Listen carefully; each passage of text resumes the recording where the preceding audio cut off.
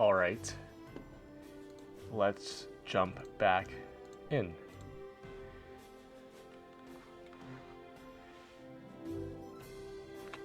Now I have to confess, I don't exactly know. Okay. Were we going to just end our turn and see how things played out? Yes. Yes, we were. I think that there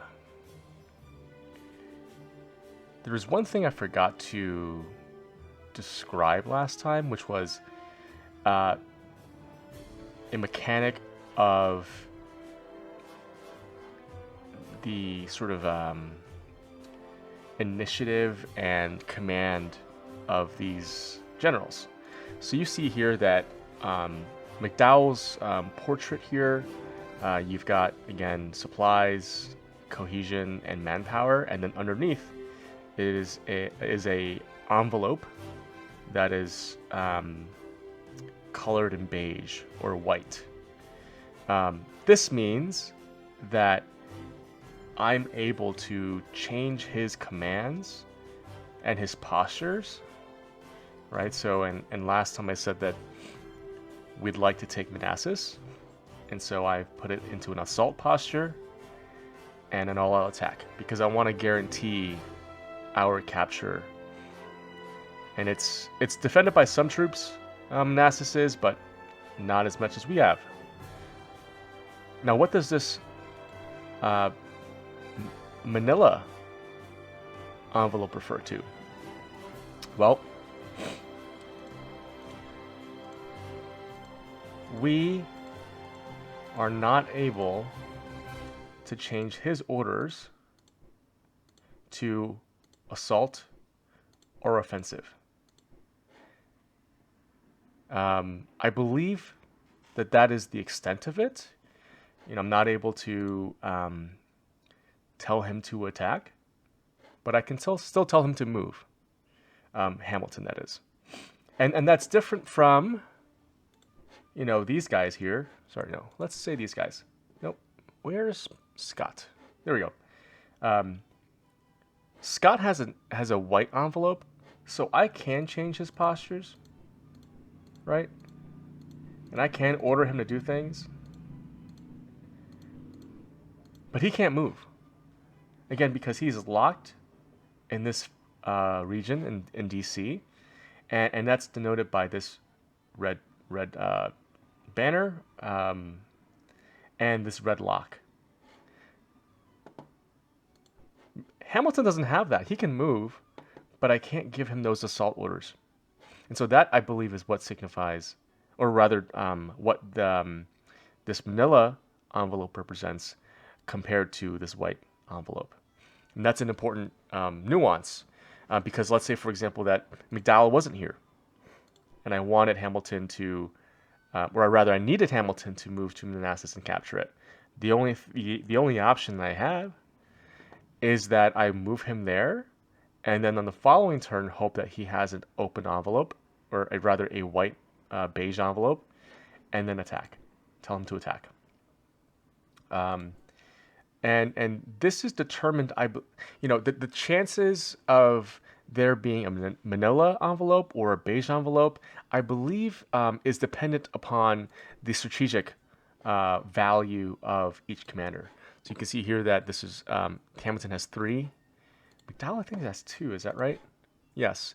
So even though that McDowell has a lower command rating, he still is able to take my orders to assault, whereas Hamilton isn't. And so, in some cases, it's just a roll of the dice, and you hope for the best. But the command rating, the strategic value of the commander does play a role in both their ability to become active and be able to move from the region and have assault orders ready. Okay. Anything else? Yeah, what's interesting about Butler is that I looked into it a little more. He is a sort of politician state general. from Massachusetts, and he raised several militia uh, and came to DC's defense quite quickly.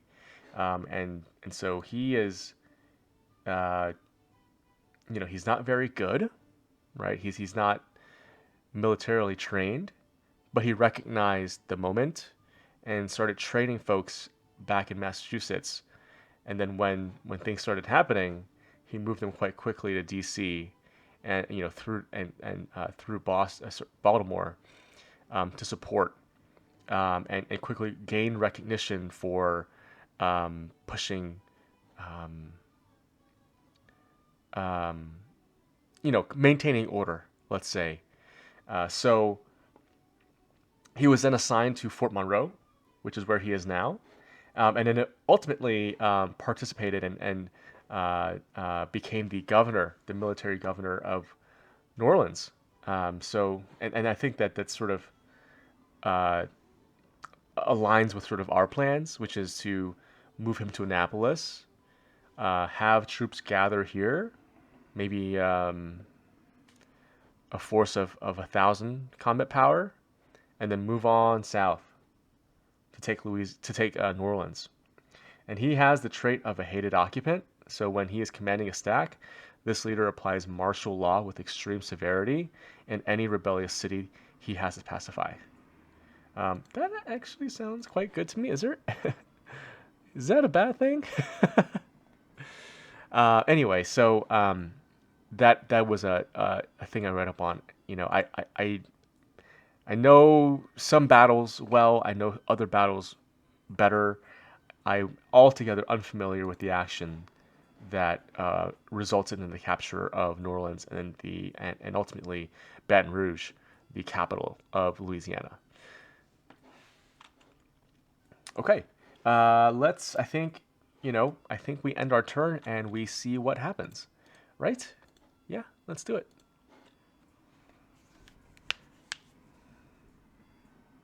Oh, you see that McDowell's combat power went down from just over 1,000 to now 900 and something. Oh, and does it also mean that Hamilton can't move that envelope? So that not only can I not change his posture to assault, but that he then can't move that turn? Is that what that means? Oh man. Cause I see that red band across his portrait right now.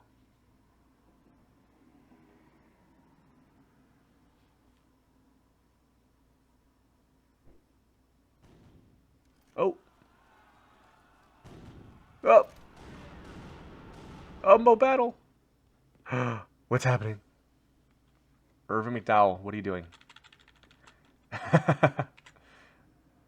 Okay, you're doing as I commanded. Okay, so this is my plan your battle in Fuckware, Virginia.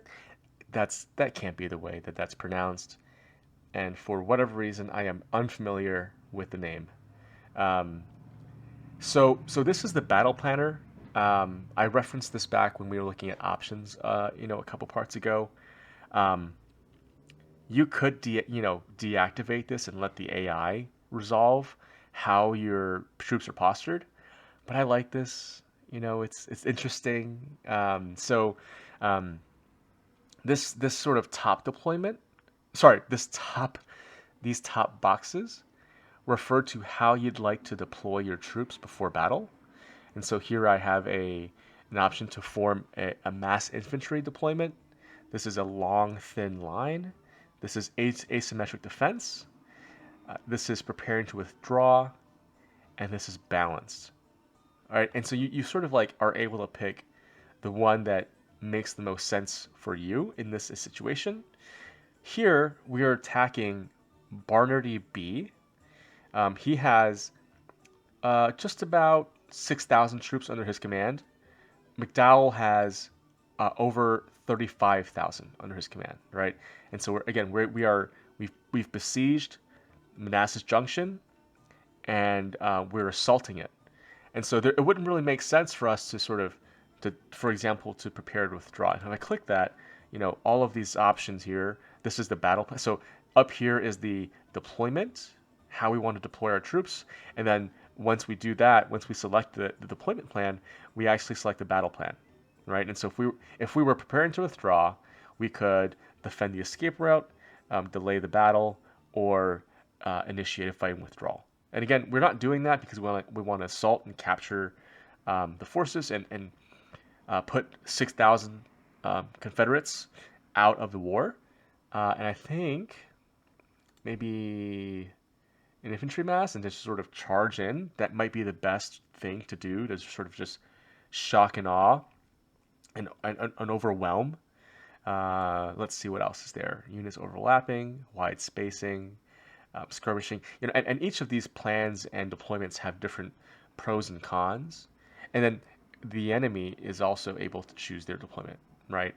So, and there are it's sort of like a rock paper scissors mechanic where if I choose a plan and they choose one plan, like maybe my plan beats them, but if they choose another plan, their plan beats ours. So there's that element to it. But let's say, for example, this we're looking at the long thin line deployment, and we're looking at units overlapping. So I'm just to read this. So this battle plan will position units in a checkboard fashion to eliminate gaps between our brigades. This increases cohesion, frontage, protection, and attack values for our infantry, but if it fails rather, it will increase our enemy attack and reduce our cohesion and protection. I mean, decent, right? But I do think that maybe a charge may be better. So a charge is a charge against enemy position. This increases our frontage and attack values for our infantry, but also increases our chances to be targeted in the range attack of our enemy. I mean, yeah, that makes sense.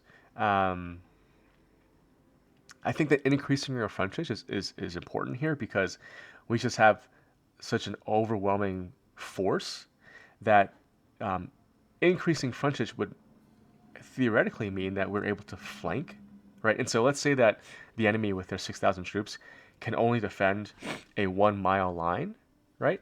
Because we've got 35,000, right? We can extend the lines of our troops to maybe 5 miles. And so when we move in, the 1 mile of our troops are confronting the mile of the enemy, the Confederates, but the other, let's say 2 miles on each side of our troops can then envelop and flank and envelop the enemy. So that I think this is probably the right choice. We also have a countercharge and massed fire. Let's see what balanced is. Okay, balanced. It's just balanced is a you don't get any benefits, but you also don't have any weaknesses. So it's just sort of balanced, as it's named, a balanced battle plan. I will go for a charge, and then once you select that, you can hit this button here, and it'll resolve it. And that's the enemy numbers going down. This is ours, and it looks like we took it.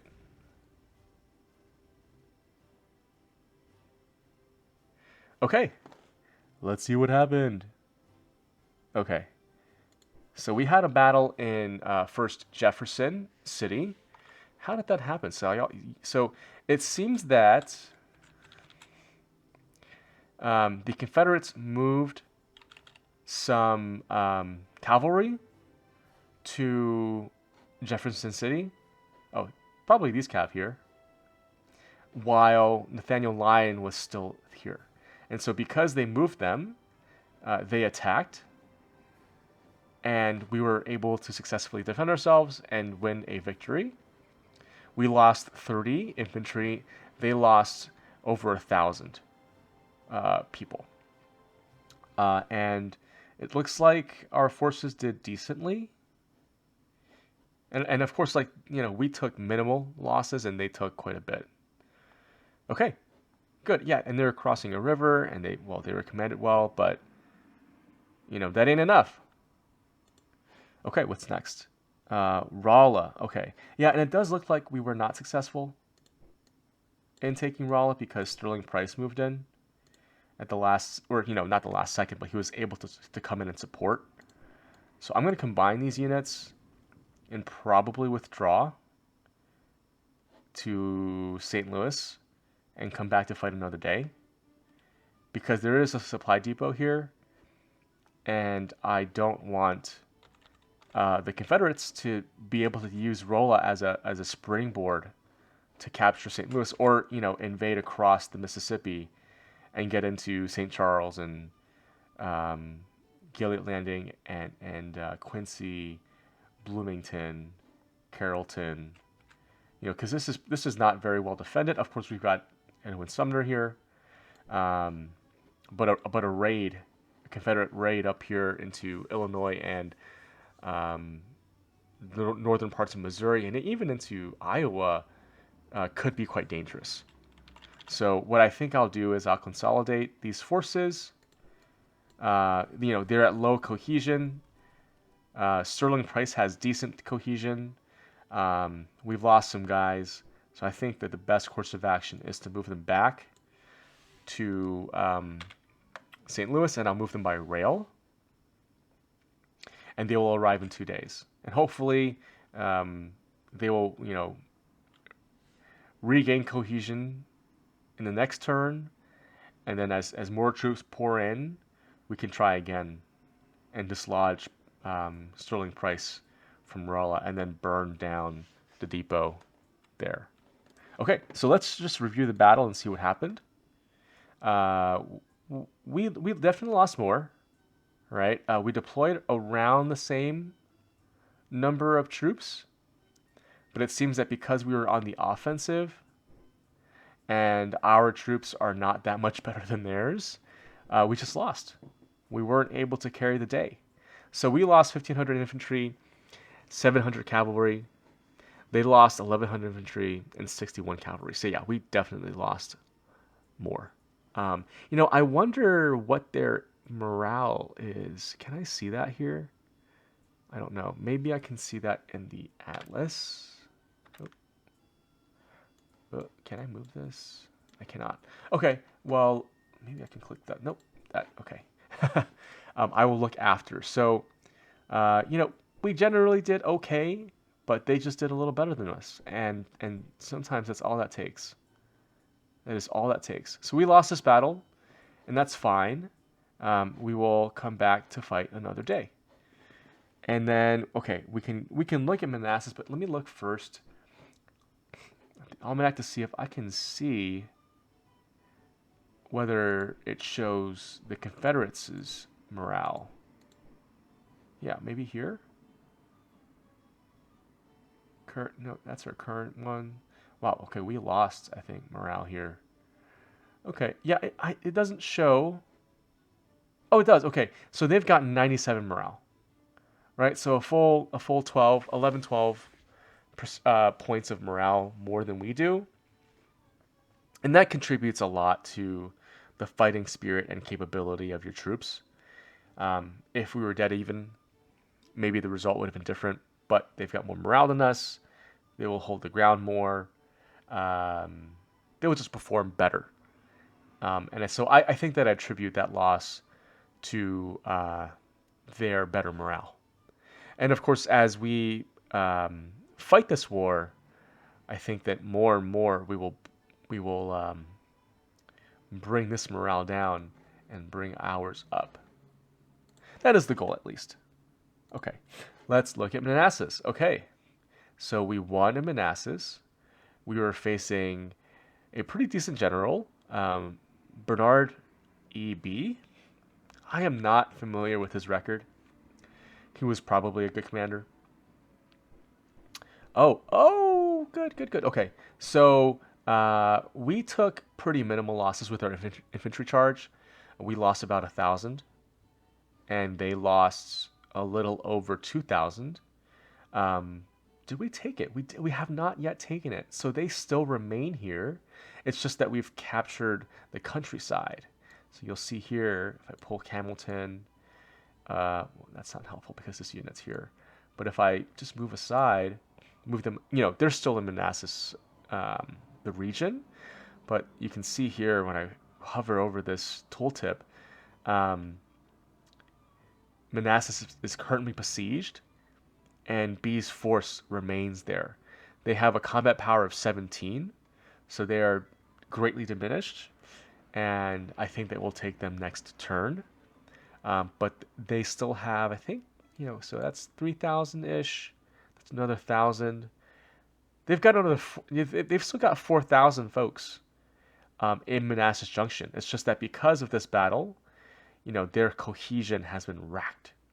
And so they only have a combat power of 17, right? So that's good. That is good. And so a very good victory for us.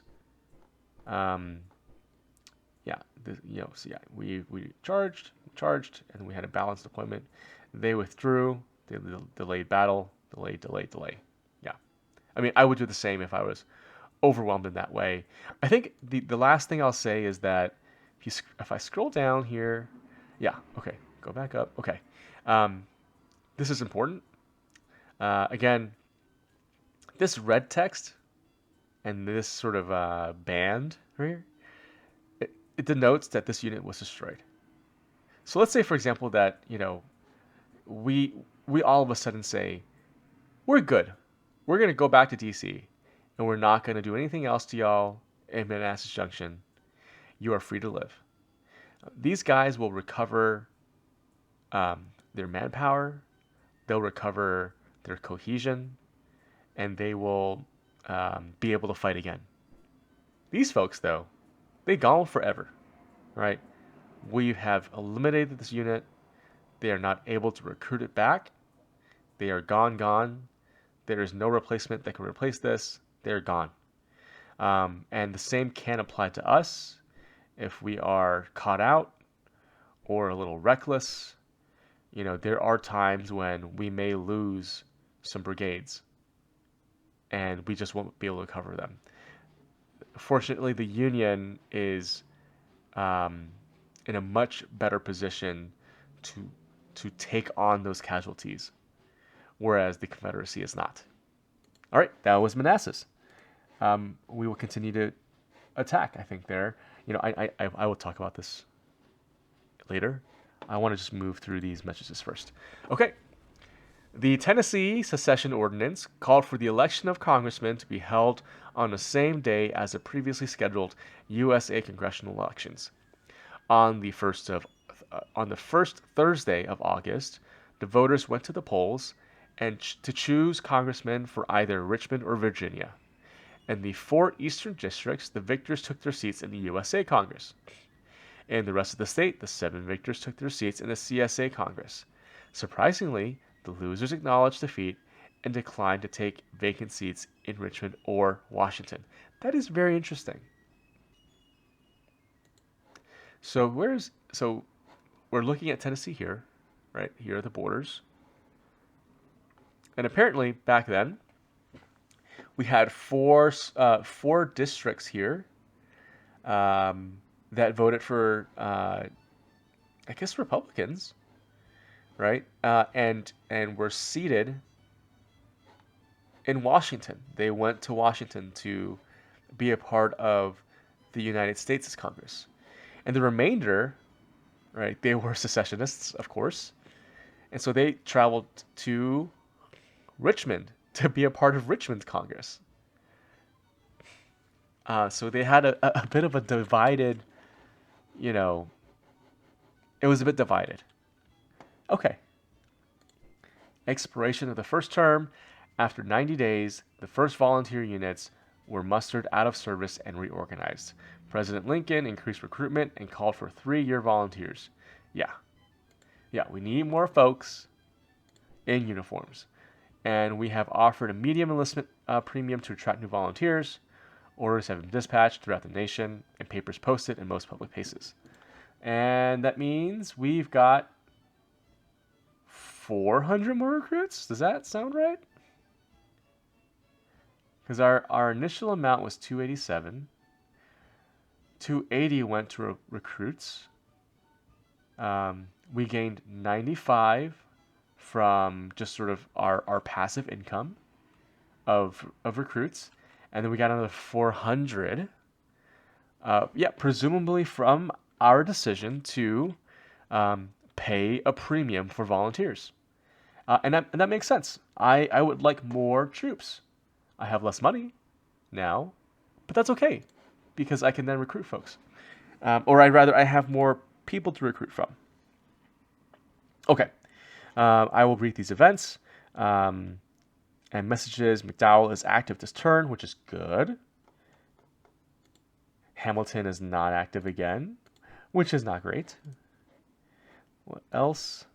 The Union has commissioned more rolling stock, great, and more ships, great. So yeah, I don't remember what we had before, but we certainly have more now. I think we had 50 less and 40 less here. So we've got 50 more and 40 more.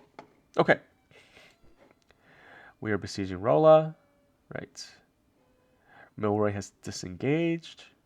We've succeeded in retreating.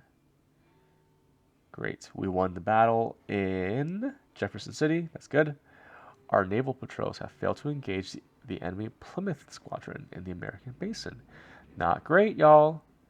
Illinois Volunteers is committed against. Oh, okay. This is more messages around the Battle of Rolla.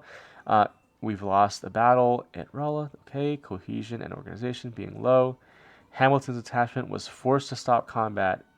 Huh, interesting. So you lacked cohesion and organization, so you stopped attacking Manssas. What else? Because of lack of cohesion. Oh, okay. So both of these armies lacked cohesion to really push through and capture Manssas. So they stopped attacking. Okay. Thanks to our victory, we captured 400 rifles and 400 prisoners. Great. And presumably yes, the battle at Manassas Junction was a victory. Okay. Fort Pickens has bombarded Flatboat Squadron 7. Where's Fort Pickens? Fort Pickens is ours. Okay, so they're moving folks through, and we bombarded them. Cool. Okay, that is helpful. Okay, we've got 53. I will quickly read through them just to make sure there's nothing important happening. Yeah, tons of folks being active, which is great. Okay, and you've suffered 2 hits from foul weather. Okay, that's stealable. The soldiers of Albuquerque have successful trained. Okay, more training. The garrison of Fort Pickens has mustered on day 2. Why? Did somebody attack? What's happening? Let's combine them. Yeah, it looks like they landed some cav to try and take Fort Pickens. Y'all, we have infantry and artillery. You need more than just cav. I guess I shouldn't tell them that. Okay. Good luck. Great, more training is done. Okay, and the Confederates are recapturing some territory they lost in modern day Oklahoma. And we lost Norfolk, which was an inevitability. This is just not a place where we have the resources to maintain. It just isn't, and that's fine. Yeah, they've captured Norfolk. Okay, you captured Navy Yard and a powder mill. Yeah, maybe I should have destroyed that stuff before leaving. Okay, an attempt to perform habeas was a failure in Franklin. Y'all are some tough folks there. Confederate states are seen behind. Okay, transports. We got more supplies, more money. Oh, okay, so promotions. So Nathaniel Lyon, T. Wood, Irvin McDowell, and D. Miles all have more seniority now due to their combat. And so you see now that Lyon has a seniority of 3. So is he a brigadier? Are you? Yes. So of all of these 1-star brigadier generals, he is the 3rd most senior now. And then McDowell of the 3-star lieutenant generals. He is the 8th most senior. Is that more than Nathaniel Banks now? Let's see. Where is Baltimore? Where's Nathaniel Banks? Oh, that's Annapolis. Okay. Yeah. What am I doing? There we go. Here he is. Ah, he's 7th most. So just next to him. Okay. Interesting. So this is important because, again, going back to the whole, um, these generals back then had egos and they didn't want to be overpassed when thinking about promotions. And so what this sort of is able to do is that some folks will gain seniority due to combat they're in. And so if let's say the fourth most general